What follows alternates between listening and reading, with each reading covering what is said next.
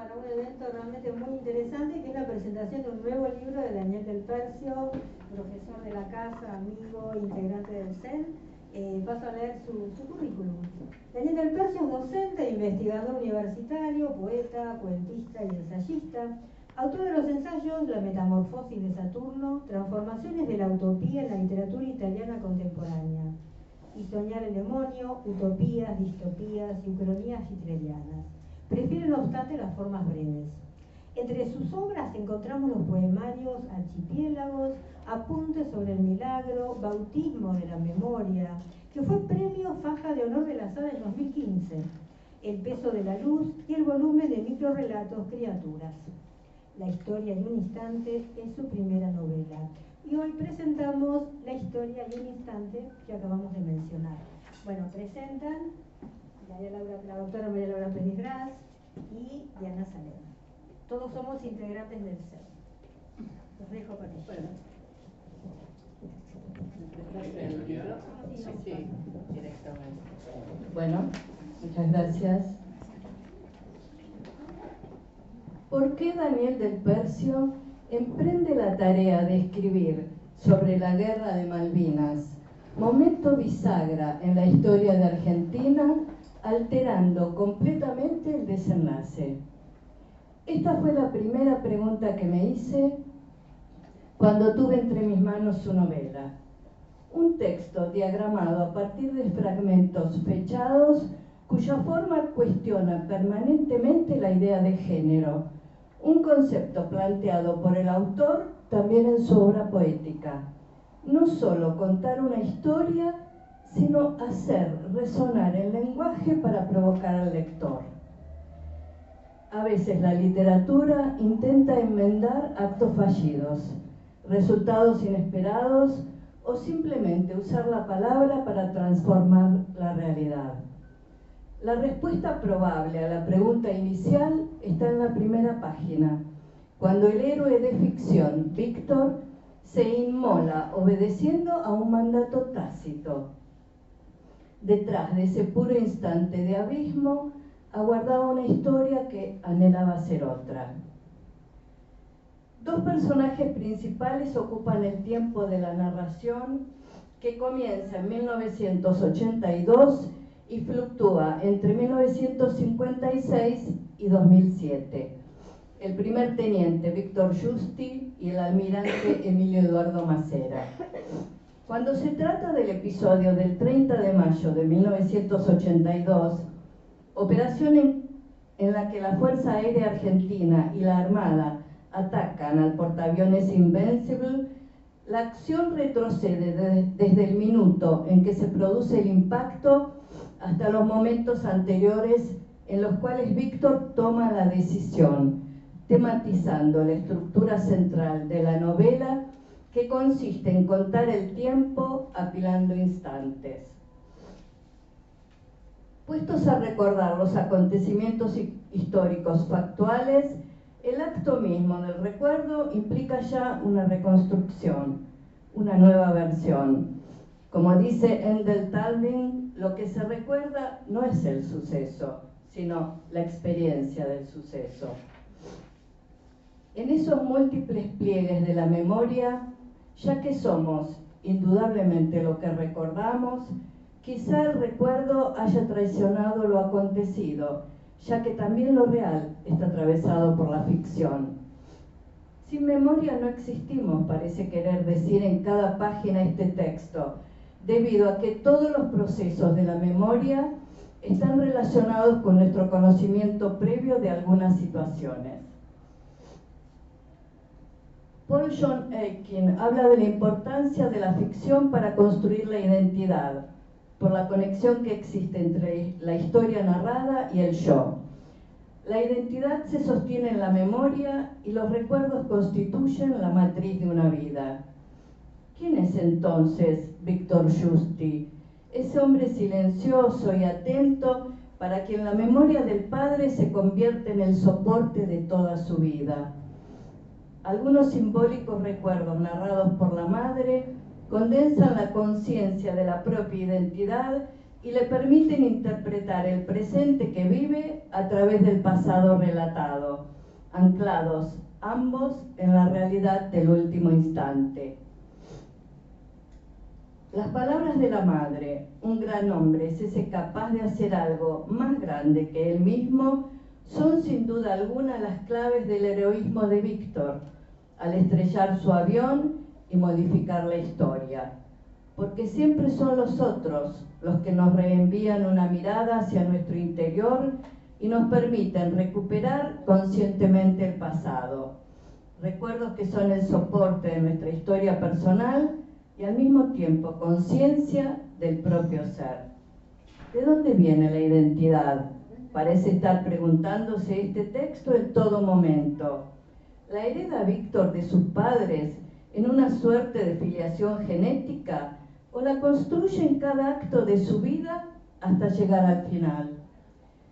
Muchos personajes desfilan en la novela, pero es sin duda Víctor, probable proyección del autor, quien permite deslizar bellos e intensos momentos de profundidad lingüística y poética acerca de la condición humana y de los alcances, a veces inesperados, de una decisión. Cito: se seca el rostro, se peina, cierra su campera de vuelo, camina hacia la puerta. El espejo queda atrás, lo refleja, pero Justi no lo ve.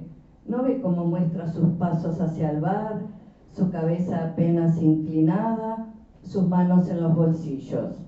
Y así avanza hacia la luz, mientras esa máscara de vidrio se oscurece hasta enmudecer. En el otro extremo, el personaje de Macera, el negro, preocupado no solo por saber quién es, sino quién será en el futuro, desarrolla las peores facetas de la condición humana a partir de un cinismo que no da tregua. Oportunista e intrigante, promiscuo e infatigable símbolo sexual, armador de conspiraciones políticas y extremadamente ambicioso, se muestra como la encarnación del mal, como el gran constructor del fin por sí mismo. Quiere ser un héroe diferente, cito, típicamente argentino, basado en la improvisación, la lealtad, la gauchada. En su entusiasmo por el tarot, las cartas le advierten que podría llegar a ser solo un instrumento del mal al final del camino. Sin embargo, no cree en ese hombre que cae de la torre que la tapa ilustra, porque la ambición de poder es superior a cualquier designio. Solo impera la fragilidad del bien, como un hecho irreductible de una moral sin restricciones. La máscara que había comprado en Kenia no sirve para esconderse, sino para identificarlo como persona. Necesita de ella para construir su destino, para mostrarlo como líder. Esa necesidad vital de notoriedad y poder le dará finalmente la legitimidad deseada, aunque la caída y la ignominia le permiten entender que hubiese querido ocupar el lugar del mito, Víctor y su decisión, y no el del poderoso. Al final, en su silla de ruedas, el almirante Cero comprende que quizás solo quedará la leyenda. ¿De qué sirve el cuerpo sino para humillarlo?, dice, y la mente, abstracciones, conceptos, leyes, ideas. Dividido en 3 partes, podría desgajarse la segunda como una novela con personajes anónimos, los olvidados de la historia sin alterar la unidad narrativa. Invento nombres, dice, los mezclo con los verdaderos. Los nombres imaginarios y los nombres reales representan lo mismo, la misma idea, es el mismo crimen. 2 textos breves inauguran y cierran la novela. El primero, Una semilla, es el instante mismo que señala el título que precede a la decisión de Víctor. El último, también con Víctor como protagonista, habla del talento de convertir una piedra en una semilla. La hija que Víctor no llega a conocer. Víctor es la semilla. En otro 30 de mayo, pero de 2007, la acción no retrocede, sino que se inicia con otra incertidumbre, la de seguir alimentando un mito vacío sobre ese padre que no tiene rostro en su memoria, la retórica vana del héroe nacional que Macera propugnara, o tomar la decisión de escribir otro discurso mientras se pregunta quién es realmente. Al final, tira los papeles que repetían el libreto tramposo y toma la decisión de transformar la realidad con las palabras.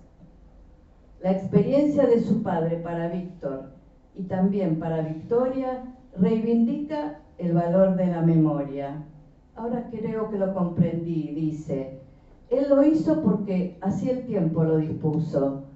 Toda la historia hizo un camino hasta ese instante en el que él estrella su avión. Y allí, ese instante, ese acto, en ese instante, se convirtió en una semilla. La historia en un instante es un libro sobre muchas cosas esenciales. Un libro sobre Malvinas y los héroes desconocidos que deberían haber tenido otro final. Un libro sobre la herencia moral que pueden dejar los padres, sobre el valor de una decisión, sobre la ignominia de algunos personajes que fueron lamentablemente reales, sobre las frustraciones de un país que no da tregua a sus ciudadanos, sobre hechos trágicos que marcaron a la Argentina, pero fundamentalmente un libro sobre la esperanza, sobre un guijarro que puede transformarse en semilla y sembrarla para el futuro. Gracias.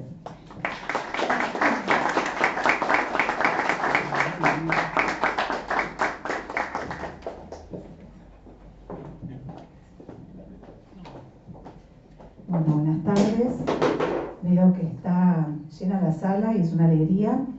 Y también es una alegría participar de la presentación de este libro porque con Daniel venimos trabajando hace mucho tiempo en proyectos de investigación que tienen que ver con estos temas y quizás por eso me pidió que leyera su novela antes de que saliera y por eso tuve el gusto, el placer de escribir la contratapa y Diana me pidió que la leyera hoy, así que acá va, pero tengo muchas más cosas para decir, les quiero aclarar. A partir de este nuevo libro, La historia de un instante, Daniel del Percio se convierte en un claro ejemplo de lo que yo llamo el síndrome de Walter Scott, en el que el estudio científico de un discurso ya existente, como la historia fáctica, y en este caso también la contrafáctica, llega a ser la fuente de materiales para la propia obra de arte en el plano de la ficción. Del Percio ha estudiado en profundidad y escrito artículos y ensayos sobre 3 ucronías de la Guerra de Malvinas: Argentinos a vencer, de Juan Cimerán, Tele Mie Ceneri, de Jean-Petro Stocco, y Machines Like Me, de Ian McEwan. No obstante, en ese recorrido de lecturas, encuentra un devenir posible, un ¿qué habría pasado si?, que aún no había sido contado.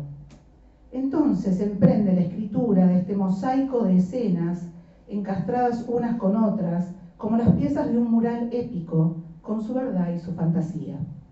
Héroes y villanos, a su vez, cruzan las fronteras entre la historia y la ficción. Un libro de Claudio Uriarte, Almirante Cero, biografía no autorizada de Emilio Eduardo Macera, de 1991, le ofrece a Del Percio los trazos para componer un personaje cuya profundidad psicológica se irá desenvolviendo sobre finos lienzos que se irán superponiendo para componer un cuadro de situación inquietante.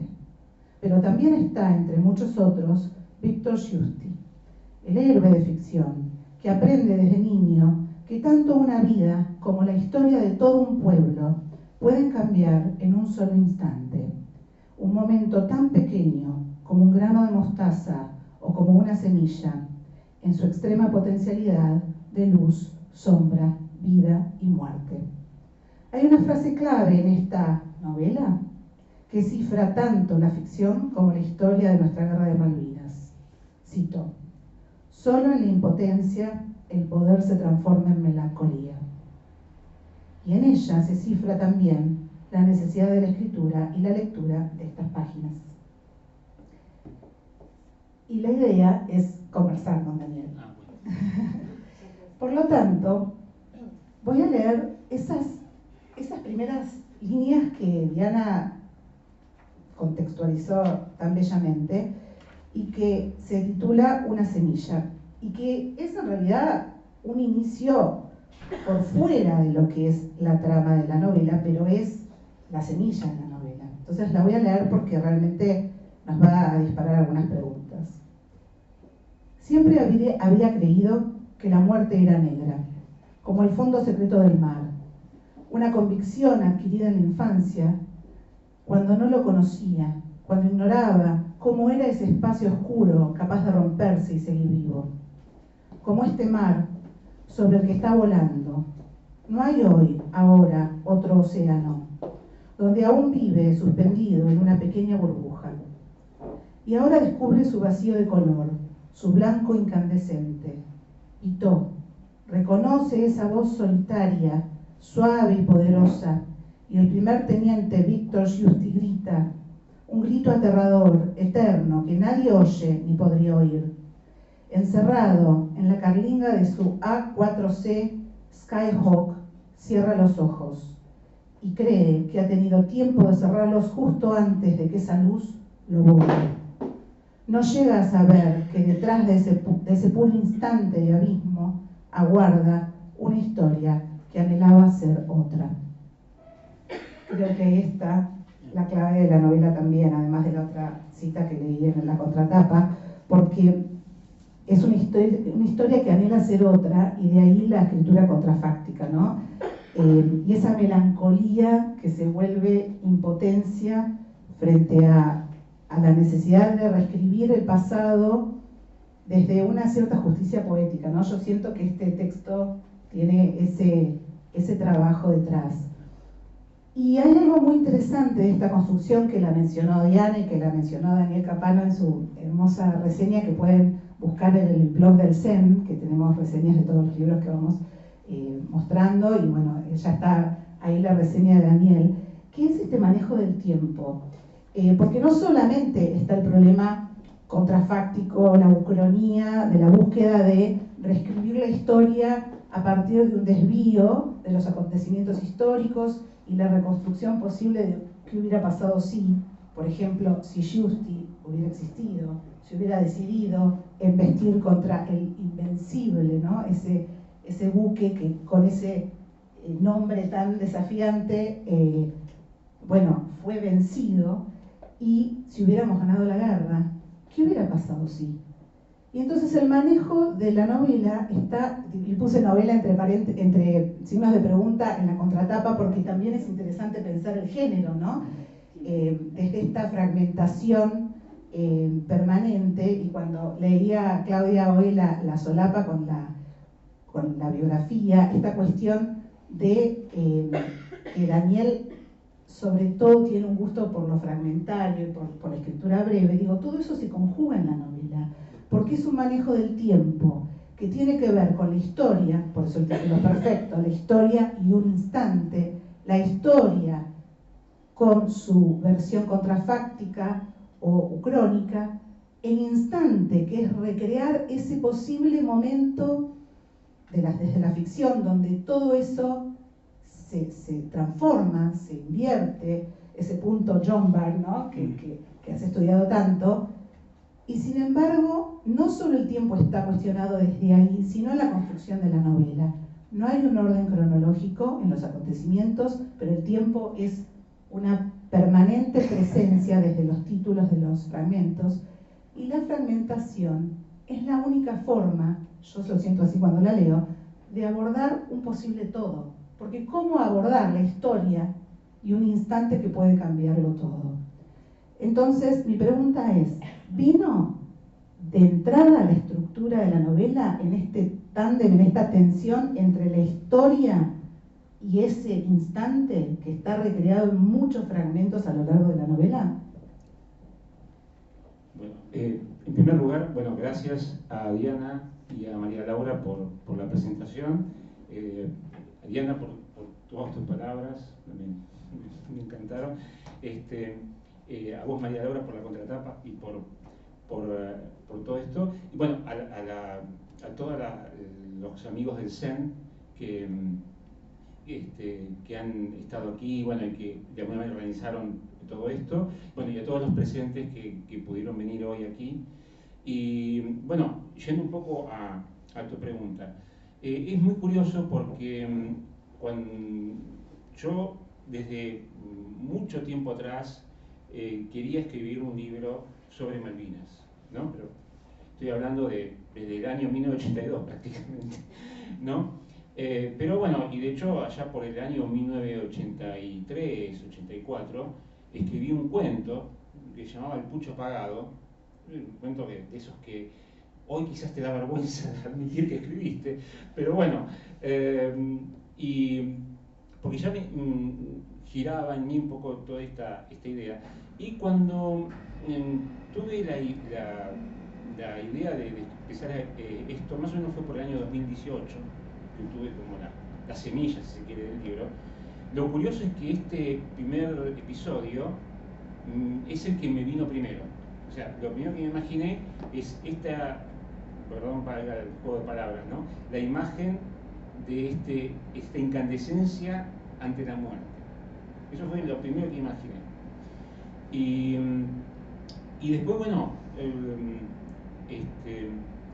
bueno, como un poco también como vos dijiste recién, el tema de la ucronía yo lo vengo estudiando hace mucho tiempo desde el punto de vista teórico, y lo primero que tuve en claro es que no podía escribir una ucronía clásica, es decir, no podía reiterar lo que hace Philip Dick, por decir algo, más allá de toda la admiración que tengo por la obra de Philip Dick. Es como que, porque incluso, y yo concuerdo mucho con esto que decís, creo que esta historia solo se podía abordar de manera fragmentaria, no de otra forma.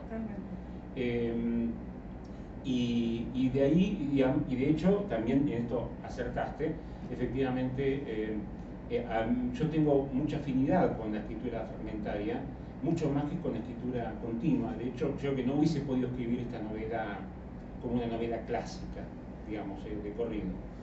Y bueno, y bueno, entonces empecé a pensar alternativas justamente para abordarla, y bueno, efectivamente pensé, bueno, multiplicidad de personajes, y a partir de investigaciones históricas dije, bueno, la contrafigura de Justi va a ser Macera, ¿no? Y porque además una cuestión que, perdón si me extiendo mucho en la respuesta, por favor, porque una cuestión que siempre me impactó mucho de la guerra es las formas en que los argentinos narramos esta guerra. Bueno, muchos conocen seguramente esta novela tan magnífica de Fowell, ¿no? Los Pichiciegos, que de una manera fue la primera. De hecho, Fowell empezó a escribir cuando la guerra todavía no había terminado. Y un poco como que esa novela, magnífica novela, yo la admiro mucho a Fowell y esa novela, pero como que estableció una especie de canon de cómo narrar la guerra de Malvinas, ¿no? Un poco como un rechazo al militarismo absoluto, como que una narrativa donde no hay héroes, ¿no? Y yo creo que es una narrativa válida, pero no, más que válida, digamos, pero no excluyente de otras. Me pareció importante el validar la existencia de los héroes que existieron, ¿no? Y también marcar esta contraposición con una figura como Macera, que en la historia real, esto, cuando uno, generalmente esta historia actualmente ya como la tenemos olvidada o desconocida, Pero no tenemos que olvidar que en el 1983 Masera fue precandidato a presidente en Argentina por el Partido Justicialista en aquel momento. Y de hecho en la novela cito una tapa de la revista Humor que existe, o sea, la pueden buscar por Google, que se llama Doña Flor y sus tres maridos. O sea, hay toda una... y la novela de Jorge Amado es como un hipotexto de eso, ¿no? Donde aparece los dos candidatos que después compitieron, y Masera desnudo huyendo de la escena de la fechoría, digamos, ¿no? Este tipo de cosas muestra lo cerca que eso estuvo realmente de ocurrir, y evidentemente una victoria argentina en la guerra le hubiese llenado muchísimo el camino, ¿no? Pero bueno, no sé si me extendí un poco más por el lado de la historia que por el lado de la narrativa, pero me parecía importante marcar esto porque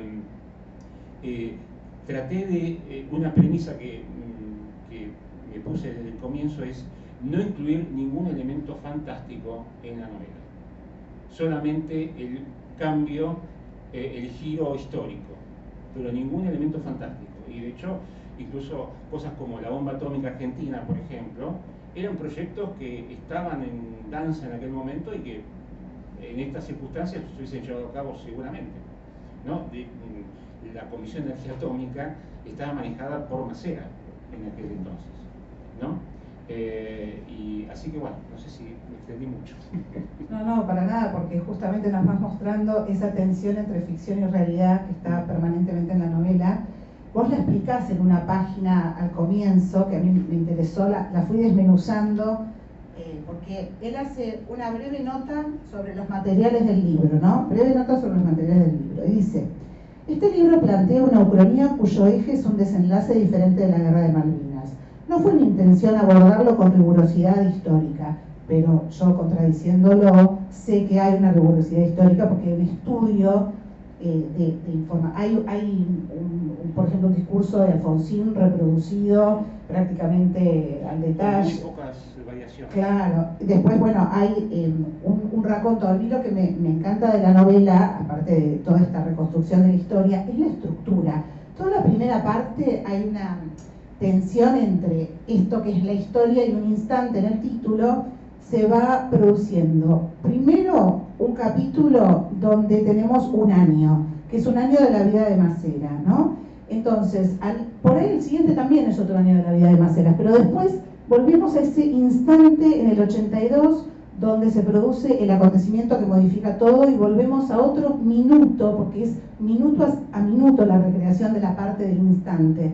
Entonces tenemos la historia contada a grandes saltos, año tras año, con grandes trazos históricos donde Masera es el protagonista y donde encontramos un eco con la vida propia. Creo que todos vamos a extender esos capítulos, esos fragmentos con experiencia vital, porque eso es lo que tiene esta novela. Uno puede anclarse en ese momento y pensar, ¿qué estaba yo haciendo en ese momento, o qué vivía, o qué me contaron de ese momento? Y así va avanzando con mucha vitalidad ese personaje que construís, con un pasado donde Masera, por ejemplo, tenía afición por la poesía y se la niega a sí mismo, ¿no? Dice, esto no puedo haberlo escrito yo, como no poder humanizarse ni a sí mismo en soledad, ¿no? Esas dos caras de villano que intenta humanizar un poco Daniel, pero que ni siquiera puede, porque ni Masera mismo se lo permite, un villano muy complejo y muy interesante, y a la vez estos fragmentos que van apareciendo a lo largo de la novela, de ese instante en que Giusti finalmente se inmola para cambiar la historia, para, digamos, cambiar el curso de los acontecimientos, ¿no? Y darnos una victoria, que Víctor y Victoria está todo el tiempo en la novela jugando con todas estas acepciones posibles. Y allí, entonces, en esa primera parte hay una confluencia de las dos líneas narrativas, y en el último fragmento de la primera parte confluyen, ¿no? Y eso me produjo, como lectora, es un momento en el que uno dice qué precisión de la construcción, qué pensado está todo. No les voy a seguir contando de la segunda y la tercera, pero lo van a tener que leer.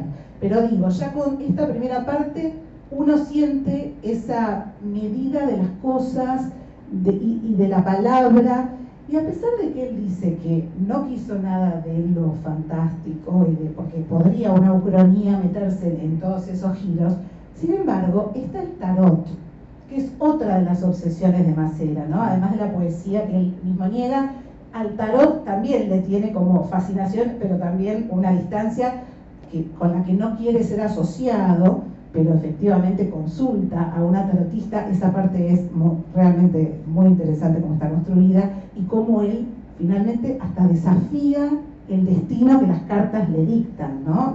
Ni siquiera puede aceptar eso que fue a buscar, que es la lectura del tarot. Y, o sea, un hombre al que no se le podía imponer nada, pero que tenía una fuerza descomunal de voluntad propia, como ya sabemos. Y por otra parte, está también el tema del sueño, la pesadilla. Está lo esotérico y lo inconsciente, ominoso, onírico, que se va, digamos, que se va filtrando en la obra. Hay no sé si lo puedo leer, pero creo que lo voy a encontrar, en la página 44. Tengo todo el libro marcado. Sí, acá está.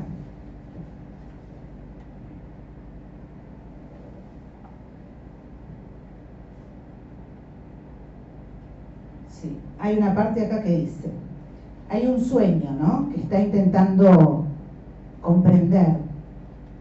Leo un fragmento. Pensó el pasado y recién entonces, dando vueltas en la cama, comprendió que estaba empapado de sudor. La mujer a su lado dormía, desnuda. Pensó, el espejo muestra el pasado, pero nunca supo si ese pensamiento estaba dentro del sueño o en esta agónica semivigilia. Le costaba respirar. Miraba el cuerpo a su lado y trataba de alcanzarlo con sus manos como pidiendo ayuda. Estaba inmóvil. De pronto comprendió oscuramente que debía rendirse. Pensó, es el futuro, y despertó. Dios, dijo. Nombrar al Padre no era un hábito para él. Quizás por eso el Padre permaneció mudo en los sueños y en la vigilia.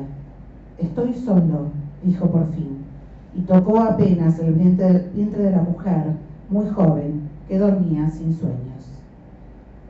Creo que se puede apreciar que a pesar de que hay una búsqueda de lo histórico y de lo fáctico y contrafáctico, hay una escritura que también está en permanente contacto con todos los planos de la existencia, ¿no? Con eso que nos acosa como la pesadilla, porque es un hombre que no quiere pensar en el futuro, pero no obstante lo obsesiona. Está permanentemente forjando una construcción de sí mismo para un futuro que solo le promete poder, ¿no? Es un ambicioso, y como todo ambicioso, el futuro lo puede llegar a aterrar. Me pareció realmente bellísimo ese fragmento. ¿Por qué Macera y no otro? No Videla, por ejemplo. Bueno, porque la respuesta en sí es fácil, porque Videla puede ser considerado una figura siniestra, ¿no?, en muchos sentidos, pero indudablemente es una figura limitada, intelectualmente limitada, ¿no? Macera, en cambio, era un hombre que tiene un coeficiente intelectual excepcional, y además, por su condición de militar, solía ser subestimado por los adversarios. De hecho, en la novela se plantea que buena parte de su carrera sucede porque lo subestiman y piensan que se va a caer en el camino, y no se cae. Él era, además de esta inclinación por la poesía, él era un genio de matemáticas. Era una persona que hacía cálculos matemáticos rapidísimos, sin necesidad de materiales extra, y supo ver, digamos, la importancia de la tecnología. De hecho, cuando él ocupa un puesto, no me acuerdo exactamente cuál era el puesto que tenía en la Armada, pero tiene un puesto muy importante que tiene que ver con el desarrollo de la Armada, y es el que incorpora portaaviones, el que incorpora a los famosos Super Etentar y los misiles Exos, se los compra él, ¿no? Equipa a los laboratorios de la Armada de tal manera que los circuitos de los misiles Exos se fabrican acá. Y contrata en Alemania un astillero para construir submarinos nucleares aquí en Argentina, ¿no? Todo esto es real. De hecho, es una cuestión de mi vida personal. Mi primer trabajo allá por el año 1983 fue en este astillero que había, yo no sabía que había contratado, era un astillero alemán, Thyssen, Argentina, pero lo había traído Macera acá, y yo trabajé en la construcción de un submarino ahí, estaríamos hablando de hace 40 años atrás, exactamente. Eso da un poco de vértigo decir que fue hace 40 años. Con lo cual, él veía venir justamente todo esto. De hecho, cuando se da el golpe militar en el 76, esto es muy propio de los militares, se reparten en el Estado, ¿no? O sea, tales cosas se hace cargo del ejército, tales cosas la Fuerza Aérea. Y por ejemplo, la Marina quedó a cargo del Mundial, ¿no? Ahí vemos quién era el más hábil, digamos, en acaparar cosas. La Comisión de Energía Atómica y Canal 13, por ejemplo. Que dicho sea de paso, hay un episodio donde hay una entrevista de televisión en Canal 13, que por eso es Canal 13. Yo por eso puse porque el que administraba la Marina. Es decir, Macera era un personaje sumamente inteligente y por eso era mucho más peligroso que los demás. Y mucho más terrible, porque no era solamente, porque no era digámoslo así, una persona fanática, como podríamos pensar que era Videla, sino que era absolutamente y fríamente pragmático, con lo cual era mucho peor, digamos, porque no tenía escrúpulos por nada. De hecho, esto también es histórico, ¿no? Había un matrimonio que era, entre comillas, amigo de él, el matrimonio Branca, con que la esposa de Branca terminó siendo amante de Macera, y él mandó asesinar al marido con el beneplácito de la ex esposa amante. O sea, es una historia que podría estar en Netflix, digamos, ¿no? Así de truculenta que es. Así que, y de hecho iban a jugar, esto también es un dato histórico, iban a jugar juntos, el matrimonio y él, al casino Nogaró de Punta del Este, ¿no? Donde desparraman muchísimo dinero. Parece ser que lo hizo asesinar a Branca porque Branca se había quedado con un vuelto, para decirlo de alguna manera, que no debía, ¿no? Bueno, no, claramente... más allá de esto, fue tan terrible como fascinante tratar de meterse en la mente de él, ¿no? Porque hay un elemento de psicópata en él muy fuerte, pero sobre todo un elemento de manipulador, tiene una capacidad de manipular muy grande. Y por eso esto fue un aspecto interesante, y en parte por eso es que muchas veces recurrí a, como metáforas de esto, a toda esta cuestión de la dominación sexual de él, ¿no? Que aparece en varias oportunidades en la novela. Sí, como una voluntad de poder por sobre todo, ¿no? Claro. Bueno, así como está el villano, está el héroe, ¿no? Entonces vamos a hacer un contrapunto para no quedarnos solo con el villano. Y justo en la página 82, que a mí me pareció un poco increíble, que yo no creo que puedas calcular hasta eso, supongo que no, que algo tenemos que dejar al azar, ¿no? Pero hay un diálogo que me pareció muy iluminador para la construcción del héroe. Justi se ofrece a esta misión, ¿no? Y nadie entiende por qué, ya estaban asignados los que iban a ir, y Justi insiste. Entonces está en un diálogo justamente con el brigadier. Deje la formalidad, se está ofreciendo para ir a morir. y lo invita a sentarse. Giusti tiene la tentación de decirle que no era así, que no es eso lo que busca. En su lugar calla y permanece de pie mientras se mira las manos. Recuerda la muerte de su padre, hace ya tantos años. ¿Tiene familia? ¿Hijos? Soy casado. Y hace una pausa que cree muy larga, a juzgar por el teléfono que empieza a sonar y que el brigadier no atiende. No dice nada más. Le habría parecido falso, calculado, agregar lo esencial. Los ojos del brigadier parpadean un instante. ¿Por qué entonces? Giusti busca algo de sí, dentro de sí, algo que pueda ser un argumento. No puede decir que fue un impulso, una necesidad o un recuerdo. Es una deuda, dice confusamente. El brigadier lo mira ya sin sorpresa.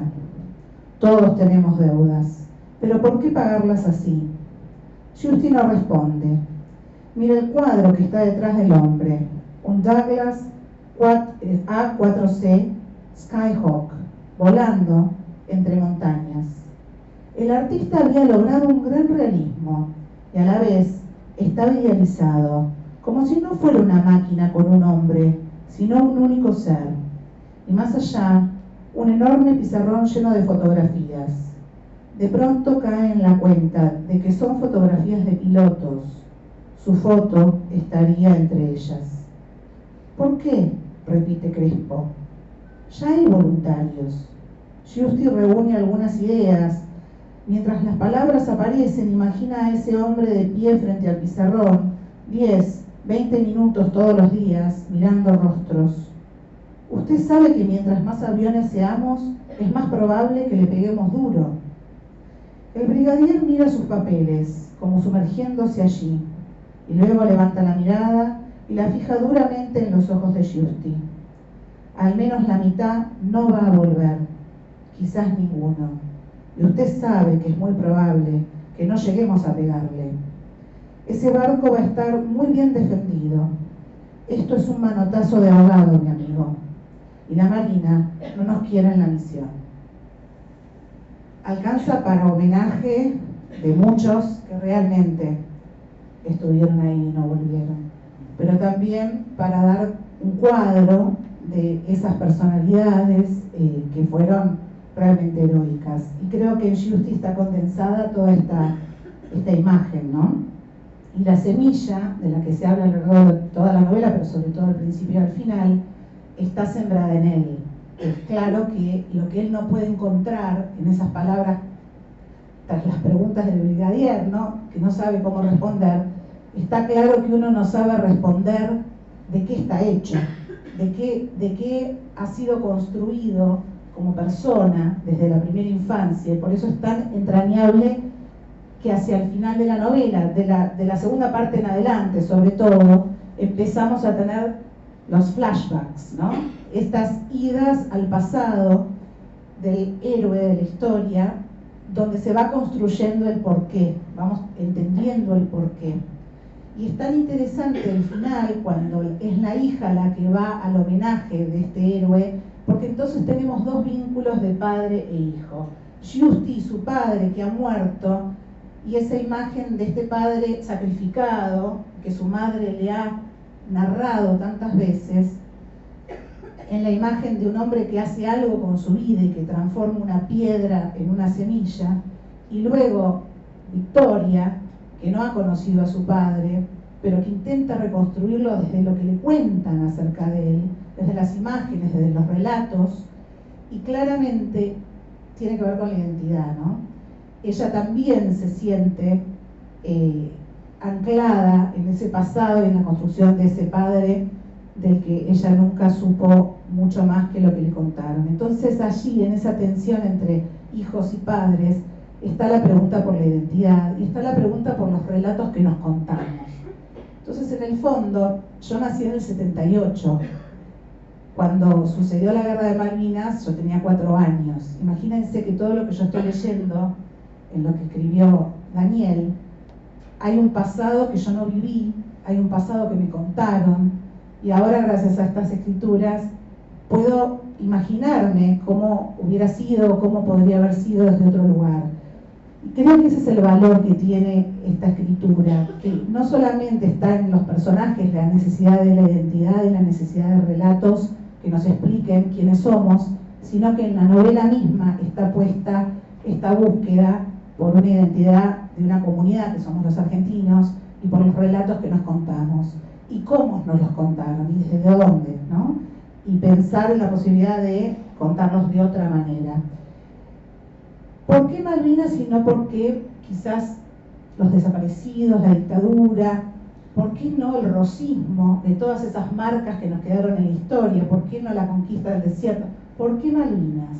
Porque claramente hay una persistencia del tema en tus investigaciones y en tu escritura, que vos mismo dijiste. Y quizás, porque yo, por ejemplo, me dedico al desierto, entonces al siglo XIX. ¿Por qué nos obsesionan esas cuestiones y quizás no otras? Bueno, en mi caso, porque bueno, yo tenía 20 años cuando fue la Guerra de Malvinas y hacía muy poco que había terminado el servicio militar. O sea que por una cuestión menor, yo hice el servicio militar en la Fuerza Aérea en el año 81 y me dieron de baja, no me acuerdo exactamente la fecha, pero fue a fines de febrero del 82, o sea, muy poquito antes. Y claro, y la experiencia de la guerra me marcó mucho y de hecho creo que hay muchos elementos autobiográficos en la novela, tanto en la creación del personaje de Giusti. Cuando digo autobiográfico no me refiero a mí, me refiero de experiencias que yo he visto o de incluso de relatos que me han hecho mis padres, por ejemplo, ¿no? Que eran inmigrantes italianos como los padres de Giusti, ¿no? Por ejemplo, hay un episodio donde la madre de Giusti recuerda cuando el barco en el que venían hace una escala en un puerto africano y hay una escena terrible ahí. Bueno, esa escena me la contó mi padre. Cuando él vino a la Argentina, el barco hizo una escala en Liberia y veía cómo los marinos tiraban cigarrillos encendidos a los africanos que estaban ahí y cómo los africanos se mataban a trompadas por esos cigarrillos. Era una escena terrible. Siempre digo, ese día descubrí que no soy pobre, dijo, recuerdo me había dicho mi padre, ¿no? Y bueno, por ejemplo, ese tipo de elementos un poco convergieron acá, ¿no? Entonces la elección de Malvinas tiene que ver con eso. Sí, uno podría pensar nuestra historia y todos estos problemas que vos mencionás desde un montón de puntos de inflexión, la caída del peronismo o el rosismo, incluso el proceso, quizás un fracaso del proceso, que no hubiese fracasado el golpe del 76, por ejemplo. Sí, serían otras historias, ¿no? A mí me pasa, digamos, que una de las cuestiones que, insisto, me obsesionaban con Malvinas es el tema un poco que vos mencionabas hace un rato, el tema del héroe, de los héroes olvidados, injustamente, ¿no? Porque más allá de que fue un error garrafal lo de Malvinas, ¿no? Y desde el punto de vista político, humano, todo lo que queramos ver, pero aclarar ese error no ayuda a ignorar a los héroes, al contrario, perdemos la perspectiva de lo que significó la guerra, ¿no? Porque la guerra no es una experiencia límite, porque pone en evidencia lo mejor y lo peor de los seres humanos, los dos extremos, no hay medios en la guerra, ¿no? Y quizás, bueno, un poco por eso también estas dos figuras tan contrapuestas, el cínico que ve en la guerra la oportunidad total. Esto de que la Marina no quería a la Fuerza Aérea en la misión es cierto, es histórico. El hecho de que la Fuerza Aérea se quejaba del ejército es histórico, ¿no? No lo dijo Crespo, hasta donde yo sé. Crespo es un personaje histórico, ¿verdad? ¿No? También un hombre injustamente ignorado, porque Miguel Crespo fue el que diseñó la estrategia aérea y fue una estrategia tan buena que la mitad de la flota inglesa terminó bajo el mar, digamos, ¿no? O sea que hay que reconocerlo, y eso, bueno, no aparece en los libros de historia, esto. Y bueno, por eso, por eso, digamos, Malvinas, ¿no? Y esta preocupación personal, insisto, por el tema, que tiene que ver con mi experiencia de vida. Si por ahí yo hubiese nacido mucho antes o mucho después de la guerra, quizás no tendría esta fijación con el tema Malvinas, pero bueno, la sincronía hace que de alguna manera el tema me impacte personalmente, digamos, ¿no? Me encantó la palabra sincronía, porque es justo todo lo que el tiempo va atravesando, ¿no? Para construirnos. Para dar una idea incluso de los cruces que se van produciendo en la novela, voy a leer otro fragmentito donde se revelan otras obsesiones o pasiones del autor.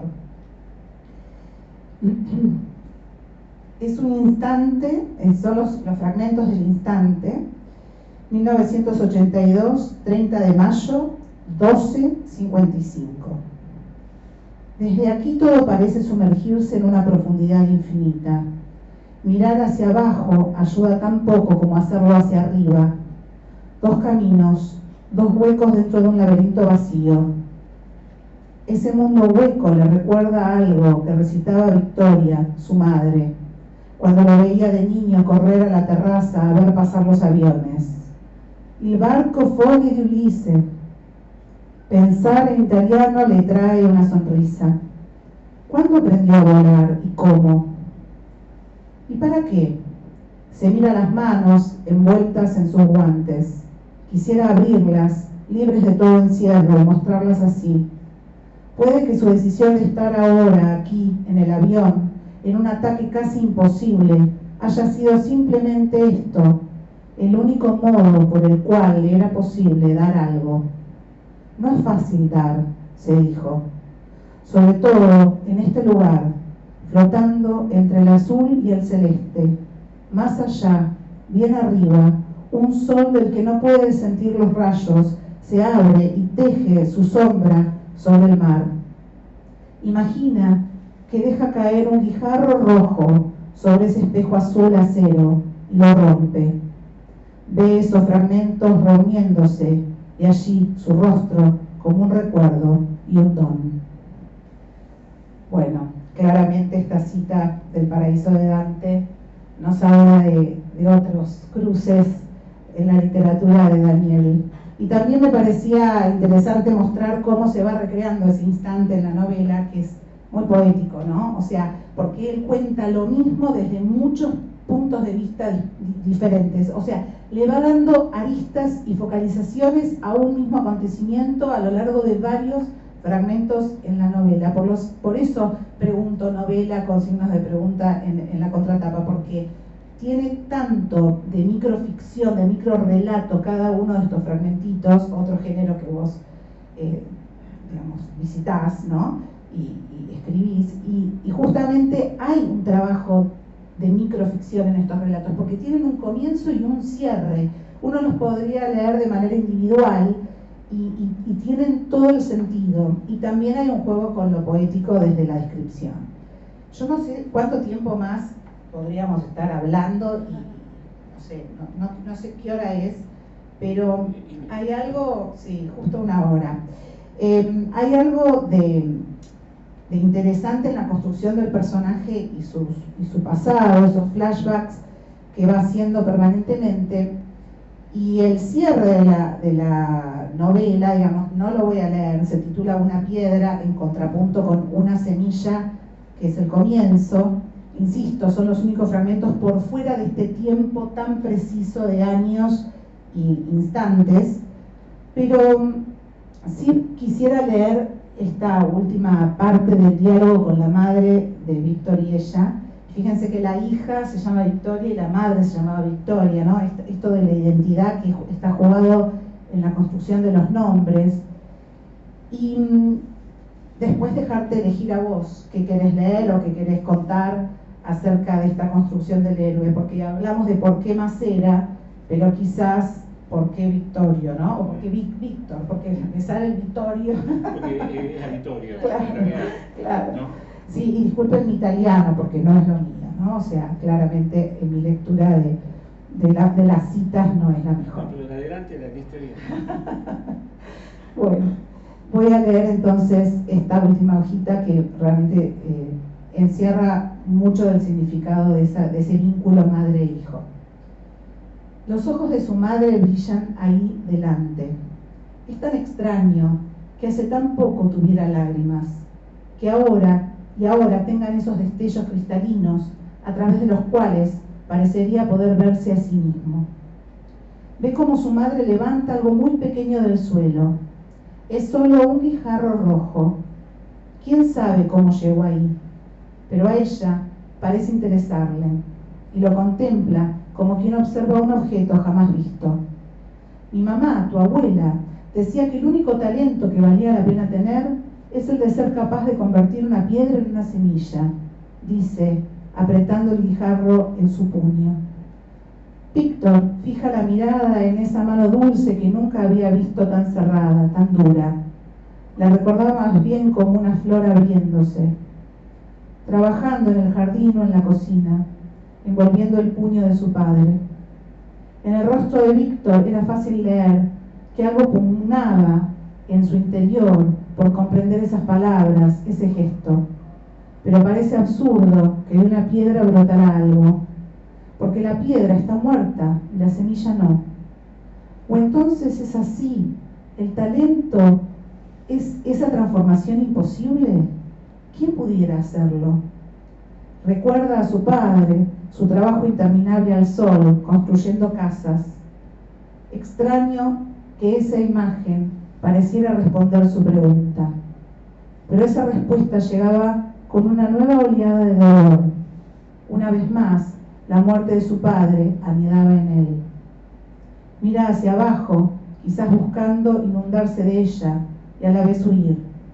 ¿Acaso esa luz que recubre el charco es por momentos un espejo perfecto? Y su dolor es oscuro, como si su reflejo en el agua se hubiera hundido hasta el fondo de ese charco y lo mirara desde allí con una piedad ajena. De pronto quiere hablar con ese rostro oculto, llegar a él de alguna manera y preguntarle muchas cosas. De esa inmensidad lo saca la mano de su madre, que lo toma suavemente del mentón y levanta su mirada hasta que sus ojos se reencuentran. Bueno, sí. Hay Vittorio, porque por eso incluso le dicen Vito a diferencia de sus compañeros de la Fuerza Aérea que le decían Tano, ¿no? El Tano Giusti, ¿no? Y de hecho hay un personaje muy secundario, pero que yo quiero mucho, para decirlo de alguna manera, que es Carlo Ferrari, que es un poco como el compinche de él, que le hace bromas todo el tiempo, bueno, y el otro dice, justo este que se llama Ferrari me dice Tano a mí, digamos, pero bueno, estas cosas.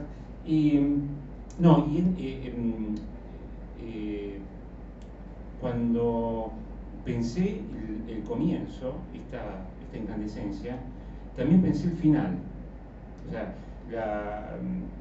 de hecho pensé imágenes, ¿no? Esto es un poco lo que vos decías de la microficción. Tiene que ver mucho con que en realidad cada episodio, salvo alguno que otro, que son los que menos me gustan, dicho sea de paso, los pensé sobre todo como imágenes, o sea, me vino la imagen del episodio.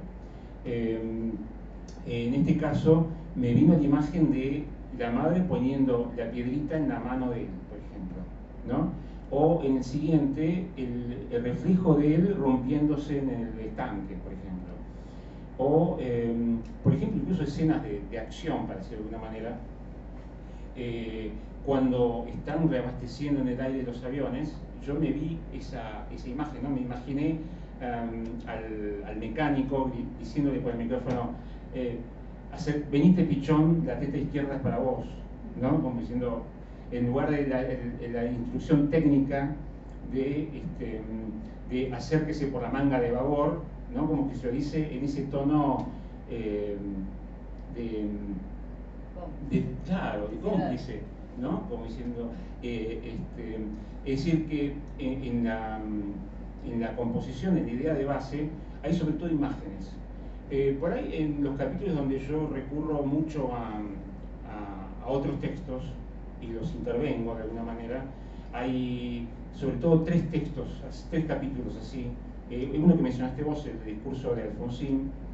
Hay uno que es un discurso de Macera, que efectivamente dio en la Cámara Argentina de Comercio, que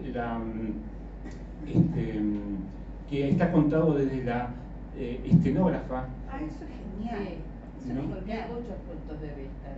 Claro. La corrección del texto, ¿no? Claro.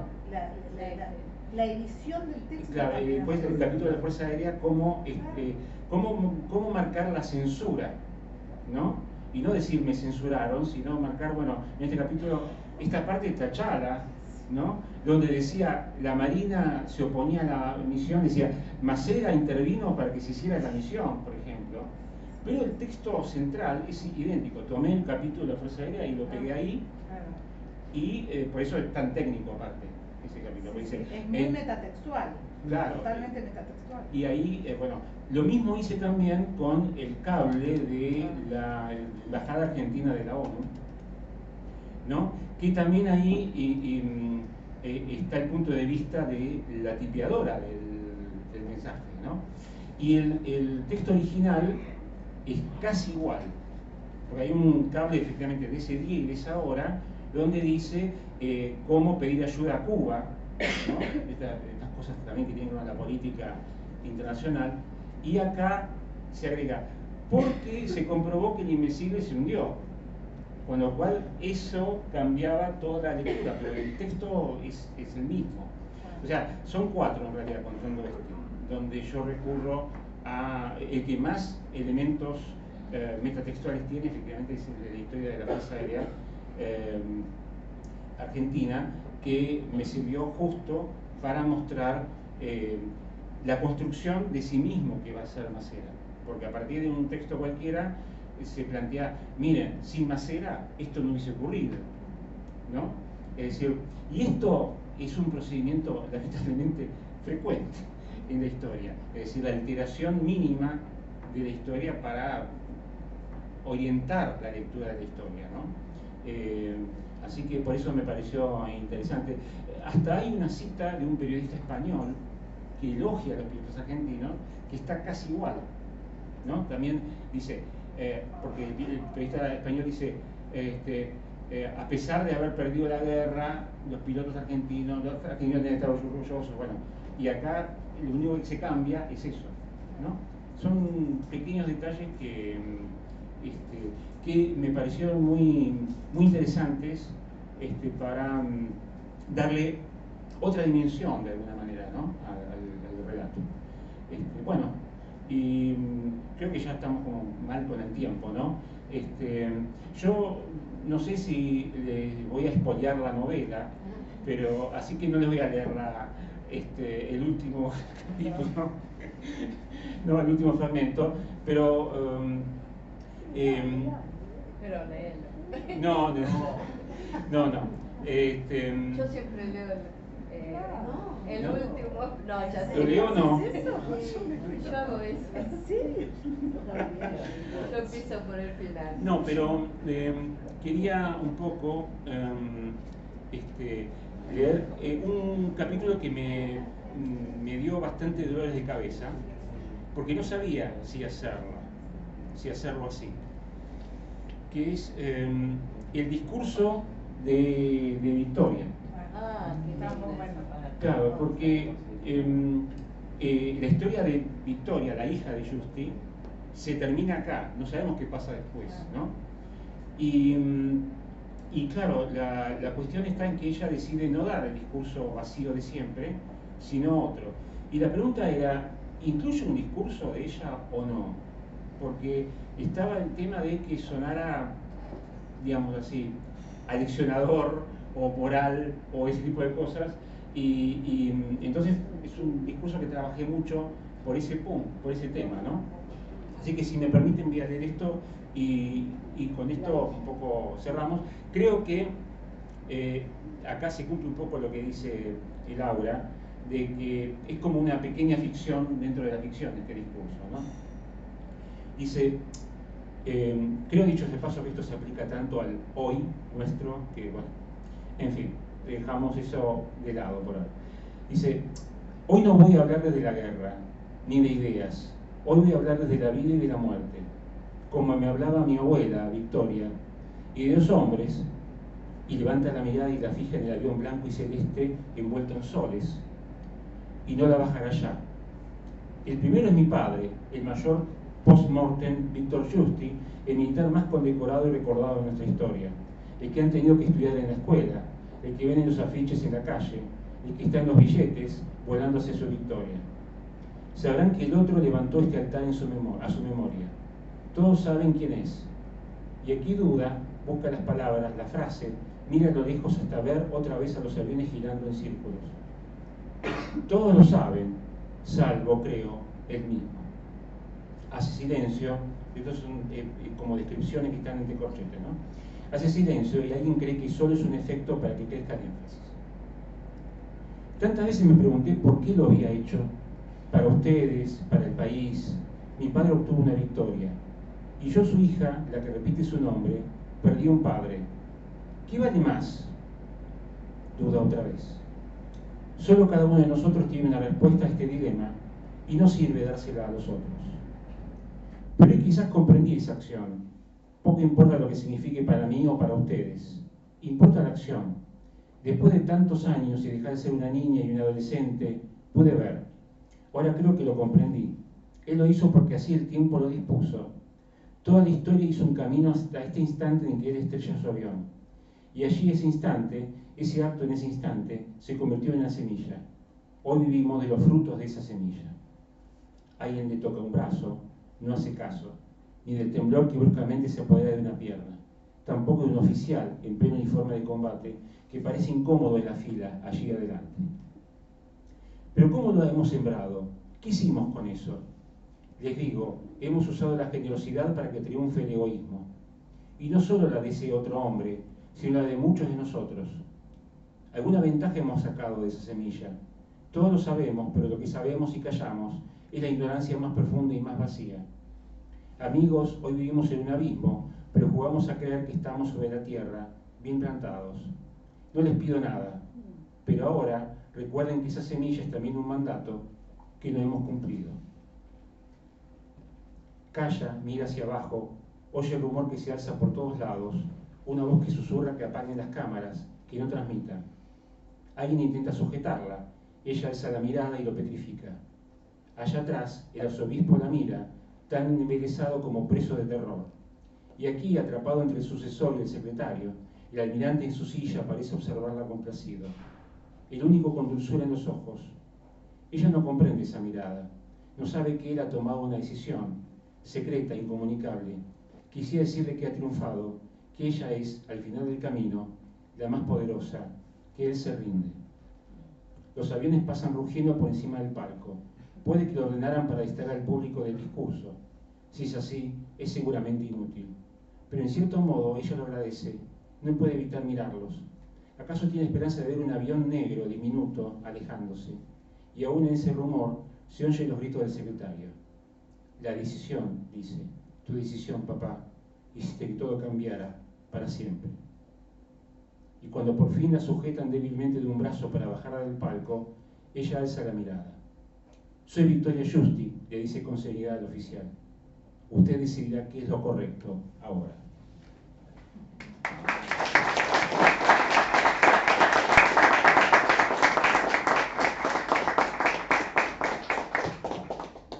¿Hay preguntas? Es intrigante, hay que envolverlo todo. Quizás podemos cerrar con alguna pregunta del público, que son muchos. ¿Cuál fue el mayor desafío en el proceso de escritura? Hubo varios.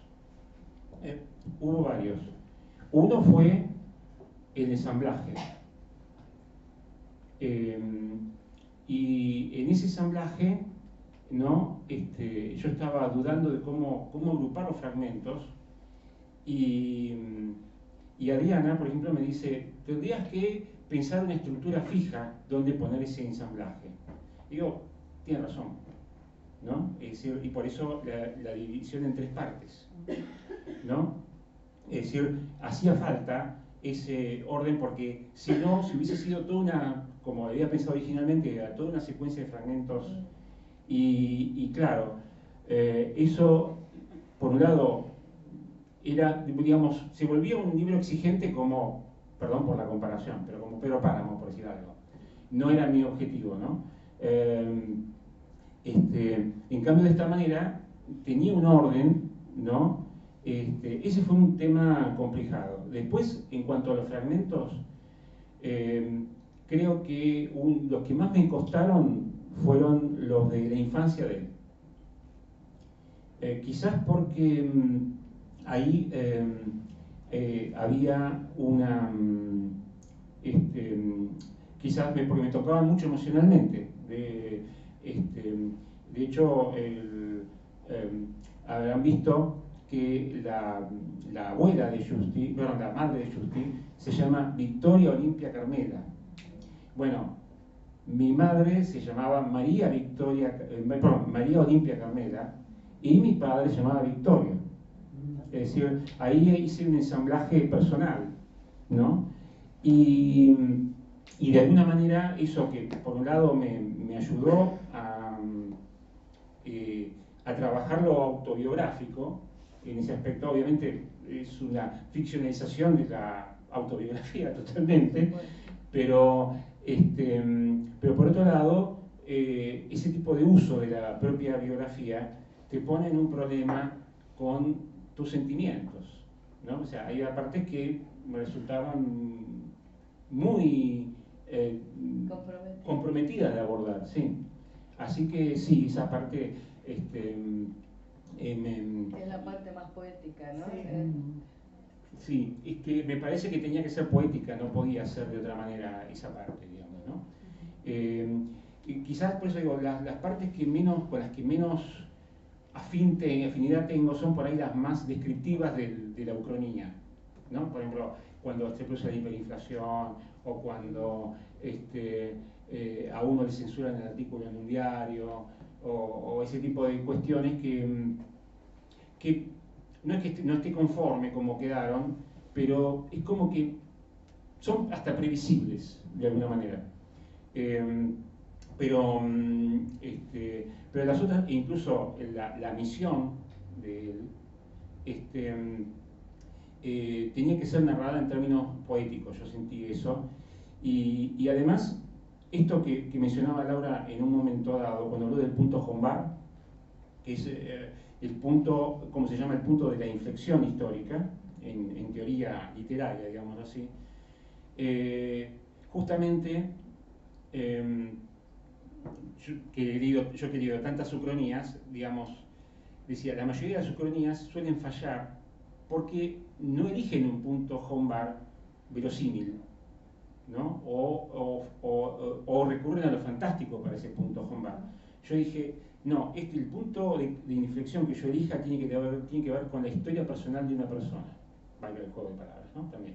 Tiene que ver con su psicología, con su memoria, con eso tiene que ver. No va a tener que ver ni con lo fantástico, ni con el clima, ni con una casualidad, que es generalmente lo que ocurre. Y por eso, ¿cuál fue el punto de inflexión? ¿Justi que estrella el avión o la piedrita que cae en el estanque, en el charco? O sea, el punto de inflexión en realidad es la piedrita que cae en el charco, no el avión que se estrella. Porque es la semilla de ese futuro. Claro. Y también esto sirve para pensar un poco el papel de nuestras decisiones en la vida, ¿no? Que de hecho, un título que había pensado al principio, que cuando no tenía mucha idea de para dónde ir la novela todavía, era La decisión. Porque tenía que ver con las decisiones que se tomaban. Por eso incluso este cierre del discurso de ella. Y dice la decisión. Claro, usted deberá decidir ahora. ¿No? Le dice y no sabemos si el tipo decide agarrarla y meterla presa es un mundo, y si el tipo decide, no, está bien, tenés razón, claro, es la decisión de ese oficial que la agarra y la baja del palco, ¿no? O sea que también esto también sirve, creo que, y con esto quiero cerrar porque ya nos estamos pasando muchísimo, pero la idea de cómo incluso una persona puede hacer la diferencia, ¿no? Cosa que a veces en ciertos discursos se obvia este tema, pero una persona puede hacer la diferencia. Bueno, eso.